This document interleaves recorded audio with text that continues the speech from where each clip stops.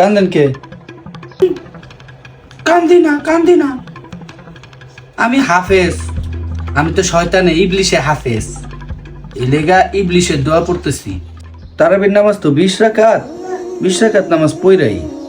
তোর না আবার ভোরে উঠতে হইব, রোজা না রাখবি, শরীরটা ও টায়ার্ড, অজরে উঠতে হইব। 20 রাকাত পড়বি কে? 20 রাকাত পড়তে হয়? তাহলে 12 রাকাত করি। 12 রাকাত পড়লেও তো হইব না? 12 রাকাত পড়বি? না 12 রাকাত পড়বি কে? তুই এক কাজ কর, 8 রাকাত পড়। তাহলে এক কাজ করি, 8 রাকাত করি। না 8 রাকাত পড়বি কে? তুই এক কাজ কর, 4 রাকাত পড়। 8 রাকাত পড়বো না? তাহলে কমায় পড়ি, 4 রাকাত পড়ি। 4 রাকাত না পড়লেও চলবো, তুই খালি ফরজ নামাজ পড়ে আইসা পড়। তারাবির নামাজ পড়তে আজকে মন চাইতেছে না, ওয়াক্তের নামাজটা পড়ে।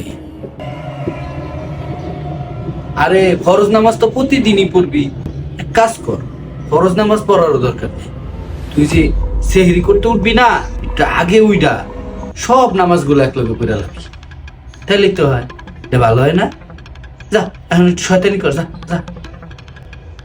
সিগারেট মিগারেট খা, একটু বন্ধুগুলো আড্ডা উড্ডা দে, ভালো হয় না? ওয়াক্তের নামাজ দূর। হায় হায়, আমার তো শয়তানে ধরছে।